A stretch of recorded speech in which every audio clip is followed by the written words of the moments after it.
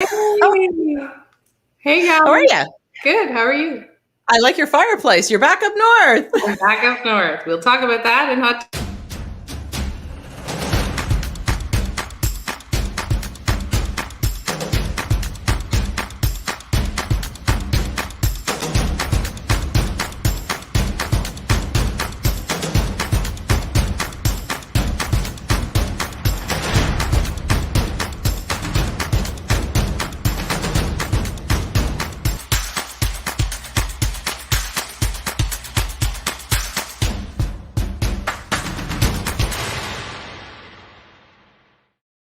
There And we I just go. realized that I completely cut you off. It's okay. Yeah, I'm used to that. I'm sorry. Maybe it's because I talk too much. You know, you have your butt. I was like all ready, right? I was like, I'll prepare this morning, and I got my mouse like right over the button, and then I just like clicked it too fast. That's okay. That's okay. I'm not offended. A little. Well, I'm a little offended, but not too much. So yeah, I'm back up north. How are you? I'm good. So you handled the chickens yesterday. I did handle the chickens. I didn't have to do a lot. I had to collect the eggs and I had to check on them, but they were very angry because they wanted to go Angry out. chickens. They were angry. So there's a little sliding door, and I walk in, and I go to collect the eggs, and I close it behind me so they won't go out. And they're all standing at the door, and they're squawking because they want to go out because they do this dust thing where they roll in the dirt and stuff. And I was told by Farmer Jeff not to let them out because he didn't trust me to be able to get all of them back in again. Because he said they like to stay out for a long time. So I feel bad. But I think if you come up, we can do it together. We can just get some brooms, shoot them, can't we? So we need to what we'll do is we'll put the camera, like we'll attach our phone to the side of the fence. Yeah. And we'll click record, and you guys can laugh at us trying to get the chickens. That's a great idea. Let's do that. So when you come up, I think you're coming up tomorrow, right? Yeah. Yeah. So when you come up, we'll do that. So yeah, fun day. Because if there's nothing worth anything, it's comedy. Like it'll be complete comedy relief on a Thursday to go. Yeah, because it's funny. Like, thanks for all you guys that are DMing me on Instagram. I'm getting a lot of direct messages that are people like, "Oh, you're serious?" Like, yeah, there's chickens here, and it's just me and this big old farm, right? It's just. Did they think we were joking about the chickens? I think so. That's and then funny. some people said, oh, "This is so cool. Can we come?" And I'm like, "Yeah, come on over. You can help me with the chickens." So yeah, it's been interesting. I'm not really, I always say this for years and years. Well, my whole life I've always said I'm not the outdoor person, right? I always looked after the indoors, right? I wasn't the outdoor person, and now I'm since Gord got sick, I've been doing both, but I didn't ever expect to be outdoors looking after chickens. That's a little bit much even for me, but it's really fun and they're so cute. They really are so cute. They really are cute. Yeah. Yeah. So we were talking last night because I was showing them the video, not just of you trying to get in the chickens, but like different things that we've done or whatever, because I have 1,000 videos. And again, trying to figure out, okay, like where's that chicken? Like trying to figure out how to tell them apart, like maybe names and all of, we've kind of gone down that road, but yeah, I don't know how that's going to work. Yeah. So what have you been up to? Living the dream. Exciting, but one thing that I wanted to talk about this morning, which is a little bit of a difference compared to what we talked about before. So we talked about brand loyalty before. Yeah. And what makes a brand, what makes you loyal to a brand. But this morning I want to have a conversation about what makes you not loyal to a brand. We talked about that too. Now, again, however, not necessarily that, but are you blindly loyal to a brand? Right. So without any reason, rationale, or logical explanation as to why you are loyal to a brand and why you're not loyal to another brand. Do you have a situation like that? Yeah, of course. Apple. No, I disagree that that's not blindly loyal. Because because I believe everything that they launch is great, even if I haven't used it, right? So they launch something, I say, oh, it's fabulous, I have to get it. Never tried it, never seen it, but they launched it, must be good. Now, what about the opposite, which will say like Microsoft products, like Right. you've compared, like Windows 10, you don't like it, but you've tried it, you've used it, and you don't like it. Right. So I You make have, a conscious decision to go with Apple because you yeah. like So their I now, product. because I hate PCs. Sorry, guys. I know a lot of you are listening to use it. Because I hate Microsoft and PCs so much. Why? Because I've explained it before.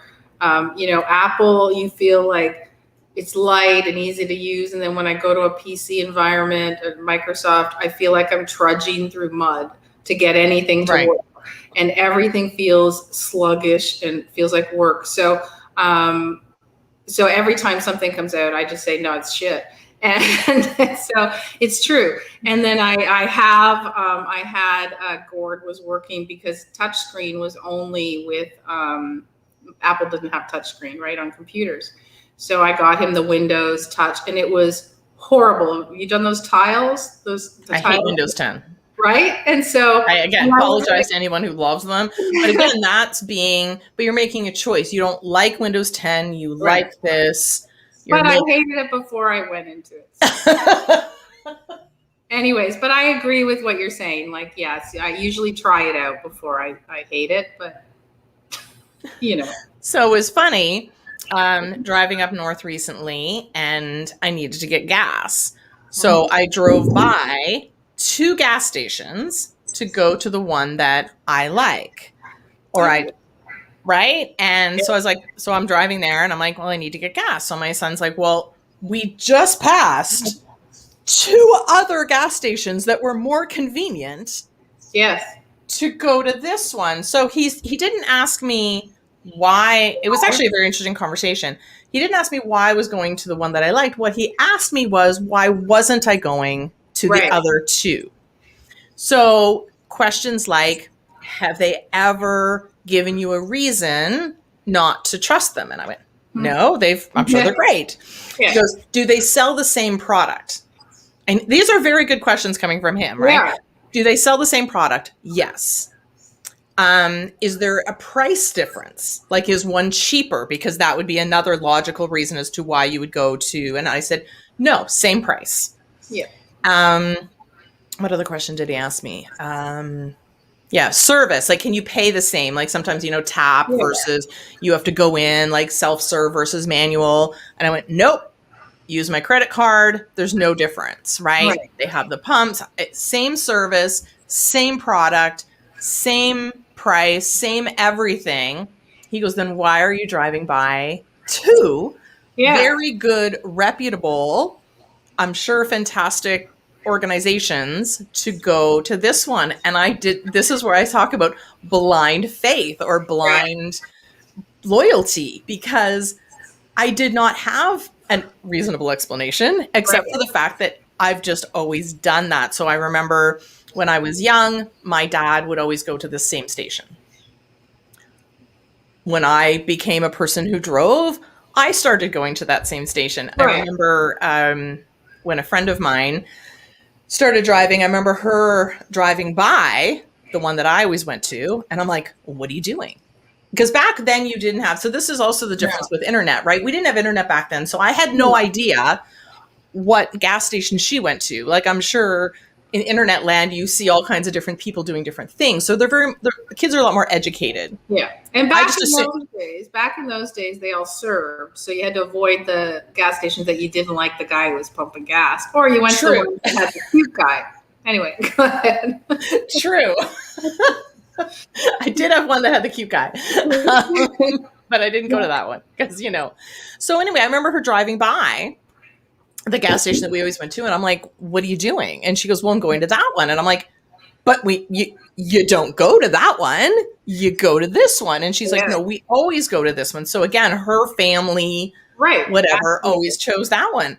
But I did not have, and I'm just fascinated by the fact that I am extremely loyal to this particular gas station, and I have no reasonable explanation. So which one is it? Well, it's Esso. You can give them a plug. That's fine. That's fine. So I always go to Esso. For those here in Canada, we have Esso. Our main ones are Esso, Petro-Canada, and Shell.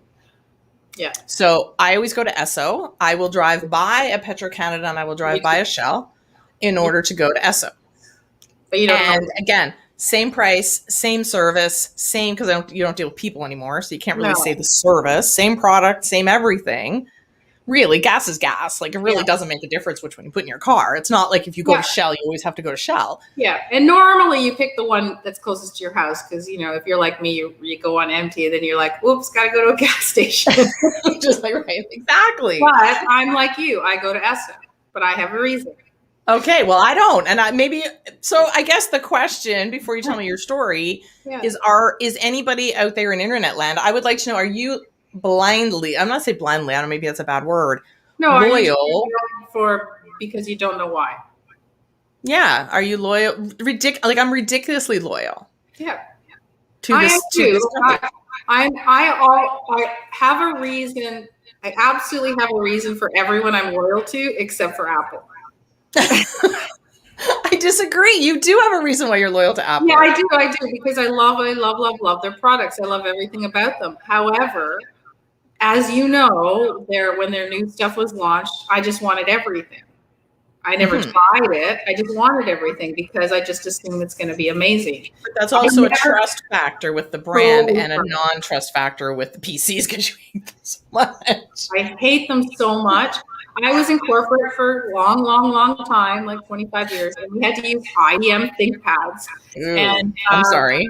Yes. And it was like painful. I was in the day, just so you guys know, okay, this is how old I am. My first laptop was before they invented Windows. So we had a grid system. Yeah, we did back in the day. Anyway, sorry. You guys don't even know what it's like to have a computer without Windows. So Windows. That's okay. We had a Commodore 64. So there you go. So Windows was great.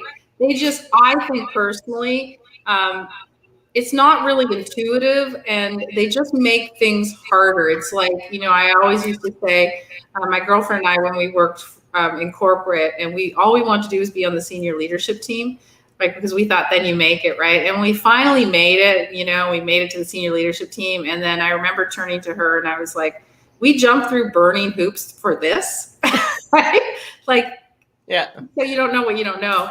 And that's kind of what I feel like with PCs. I mean, you have to jump through burning hoops just to get something done. And I know I know the program's probably fabulous. Please don't send me messages, guys. I know they're probably fine now. And I'm sure PowerPoint's excellent. PowerPoint was terrible before. You couldn't narrow your slides. You couldn't do a lot of stuff that if you're creative, you could do on a Mac. So I'll get back to my Esso. So I wasn't loyal to anybody before. I would go pretty much anywhere. And everyone has points, right? So if you're a points snob, you can get like PC points at Esso. You can get Petrocam points here. Like, so it's not the point thing. Okay. So do I like to shop at places that I collect certain points? Well, it doesn't really matter because everybody has points. So don't take that out of the equation. But Esso has the Speed Pass. Esso has an app, which is the best app ever, especially during COVID. So you take your app, you plug in your credit card already, so it's there. You go to an Esso, you go find it. It tells you which one you are. It asks you which pump you're at. You look at the number 6. So you hit pump 6. It authorizes the pump. You plug in, you put the gas in, and then it charges your card. The receipts are in there and you move. You do not have to do the keypad, put your card in, do anything. To me, that was like so insanely amazing during COVID because you have to touch everything. But now that you're not so worried as much, right, with COVID, now it's just the ease of use is incredible because you literally punch it while you're in your car. You know how sometimes you go to the station and your card doesn't work and it says, go see cashier? I hate that. If that happens to me, I leave. I literally leave the gas station because they're asking me to go in and pay and I don't want to. That's the whole point of coming here, right?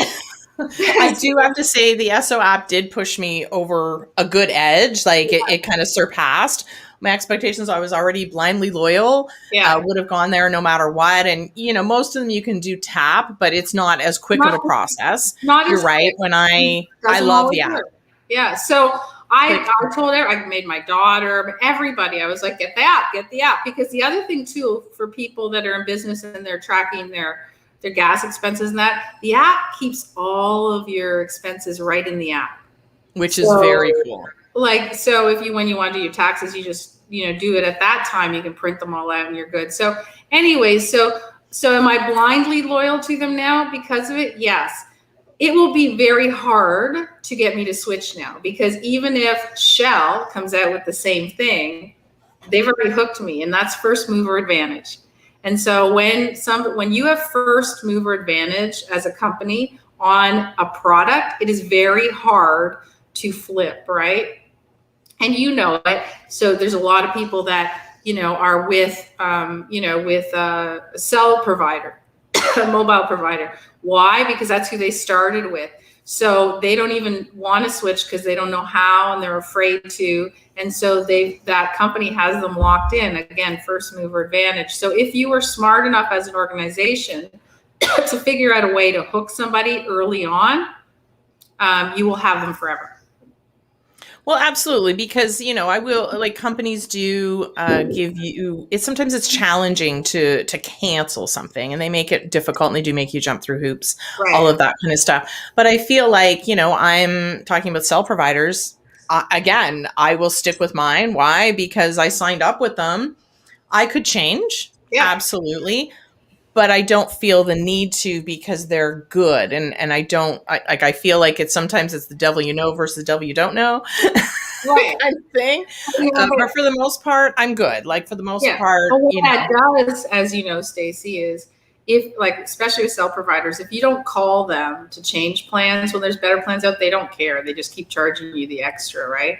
So absolutely. Sometimes, you need to say, okay, I'm going to walk across the street and then you get the better deal, right? And so I'm not the only, like I said, only one I'm blindly loyal to is Apple. But every time Apple does something, like, when Apple One came out, right? The bundle, I was like talking to everybody because it was such a great deal. And I was like, oh my God, like, I was paying for everything separately, right? I bought everything Apple, right? So I was buying all my subscriptions on Apple, and I had Apple TV and I had iCloud, and I was Apple News, which is my Bible, read it every morning and night, all this stuff. And then they came out with Apple Fitness, and I was gladly paying individually.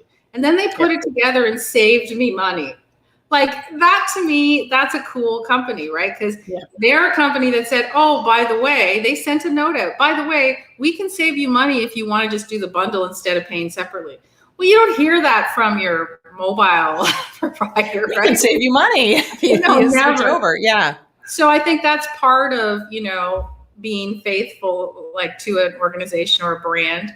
And I think, Esso kind of did the same. They sent out the note. I didn't know. I was on their loyalty thing like I am with everybody. And they sent out the note and said, oh, here's our new app. And I was like, and you don't have to come in. Oh, okay, click, right? So I think it's well done leadership teams. Like, you have to applaud really good leadership. And as much as leadership training sounds really boring, when you're in corporate, you're like, oh, another consultant talking about leadership. Leadership training is really, really important, because that is what totally changes an organization and their movement. And so here's what I want to say. Who was I talking to yesterday? I can't remember, but I was talking to somebody about the same thing, about leadership. And I was saying how, they were asking me about Elon Musk and he's always getting into trouble, right? And I'm like, yes, but really, really, people with amazing vision are not like anyone else. And they're not. And you cannot achieve what he did or what Steve Jobs did being a normal person. You can't. If you're worried about being perceived as being nice, right? It's not going to happen because then you're too worried and caught up in it. I mean, Steve Jobs, who I love to death for everything he did, apparently was not a nice person, right? He was not good with his employees. He was not nice at all. And that's okay, because he surrounded himself with great leadership that looked after that. But you need somebody who's saying, I'm going to do this because I want to create the best, coolest product out there. And then everyone else under me, the leadership team, will look after being the nice people. But you have to be a little crazy. You have to be a little crazy to think that big. You do. You absolutely have to. And I remember when I was talking to Starbucks a long time ago in my corporate days, and they wanted me to come over to Starbucks to spear up a new territory, a new country. And when I was talking to them, I said, what are you looking for? Because, are you looking for same sales, like increases, blah, blah. And they're like, no, we want somebody who says, I want to open 5,000 stores next year. And that was really interesting to me, because they didn't care about, how you're going to look after the stores. They wanted somebody who is incredibly visionary in terms of, I'm not scared.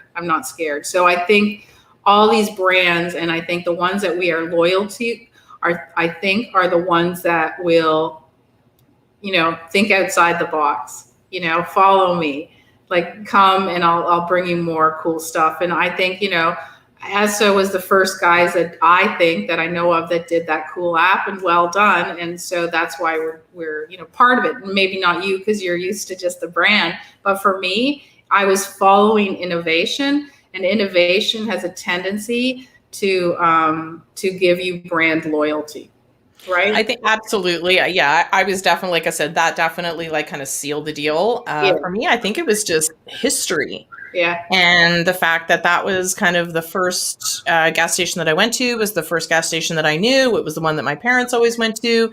And therefore I had no reason to switch, because they were always good. Exactly. So again, first to the pump, literally.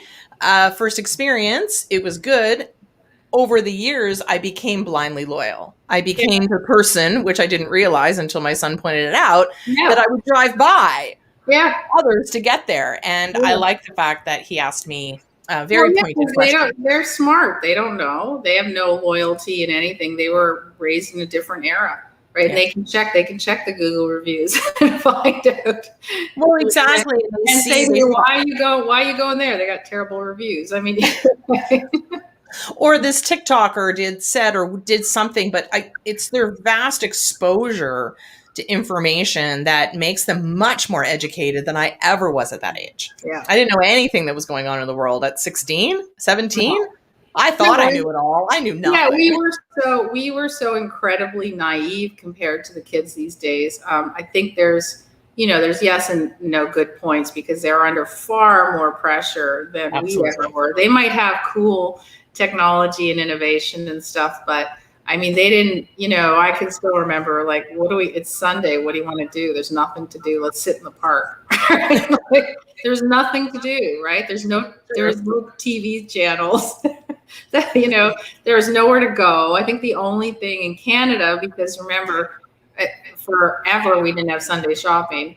So in Canada, there was nothing to do. The only thing that was open on Sundays was the movies. Right?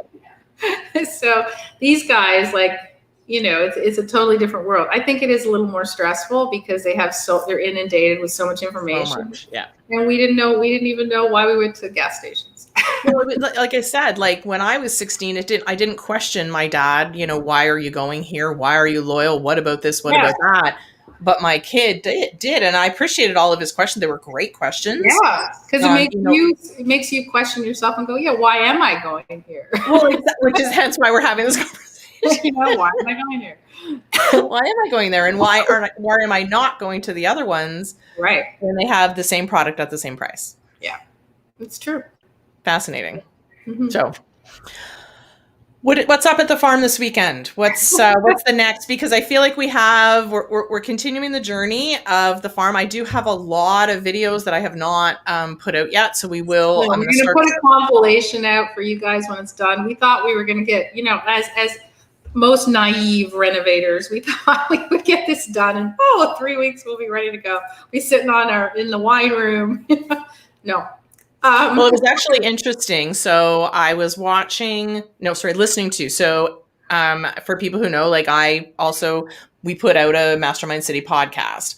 And the podcasts are sort of shortened versions of this conversation and based on what we talk about. So there was one that's going out today, which was from back when we literally got the keys to the farm. Like that day was when we were getting the keys to the farm. That's the episode that in the podcast that's out today. Yeah. So I was listening to it yesterday to ensure I knew sort of what we had talked about so I could, write the description because I don't always write it in the moment. Yeah. And it was funny because, again, the concept was you were saying that it was all going to be done in a month. Yeah. And then I went, well, here we are a month later. Yeah. So we don't know. I mean, renovations are just a completely different. No, one thing leads to an next. You tear down a wall, you find something else. And then, during COVID, we had a lot of problems trying to get help because there just wasn't any. And there's no product. There's no product. There's no supplies. You can't get anything. You order. Everything's delayed. So there's nothing. And then last week, I finally, we got the floors, we leveled the floors. So it's a self-leveler because there was carpet and tile and we're trying to level it all to throw vinyl tile on top because it's easiest to do. And so I finally found the floor and good price and I love it. And so all ready to order it. And the manufacturer doesn't have enough till the end of August. So it's hard enough to make a decision. Like I know we talked about this earlier. I'm very, very, as we said, one thing leads to the next. So if I change one thing, everything changes. So now like a floor is a massive deal, right? And I was complaining the other day that I bought the knobs, I bought everything for the kitchen because it's all painted. And now I got to switch the floor. So I'm going out today up here to 3 flooring places to see if anyone has stock in something that is remotely okay, that I like. And then we'll go from there. So if we can just get the floor in, we still have, by the way, there's still drywall repair, electrical, that all has to be fixed. But the floor is now leveled. So the floor can actually, if I actually get it, we can put it through. So we have, here's the reason, guys. I need to get the studio done because we have our big online conference in September. And we need to be ready to go. I know it seems like a long way away, but we're really excited about that. Plus my move. So I have nowhere to put all our studio lights and everything if it's not done. And you can't bring stuff. If the walls weren't painted, it's okay. But you need a floor because you don't want to move stuff. So now I'm looking at storage spaces. Like those are the kind of things, unfortunately, that you have to do when, things kind of go on the side. And then on top of that, we got to get ready for all our stuff that we do for you guys, all our training, our Global Impact Accelerator, our mastermind dinner, which is Friday. Really excited about because in New York, and Stacy and Linda will be joining me up here. Yay. So we're going to do it live and in person. We want to do it at the farm, but we don't have a floor. So we're going to do it here. Okay. Floors are optional. Optional. Yeah. All right. Well, you get to it and have a great Wednesday, everybody.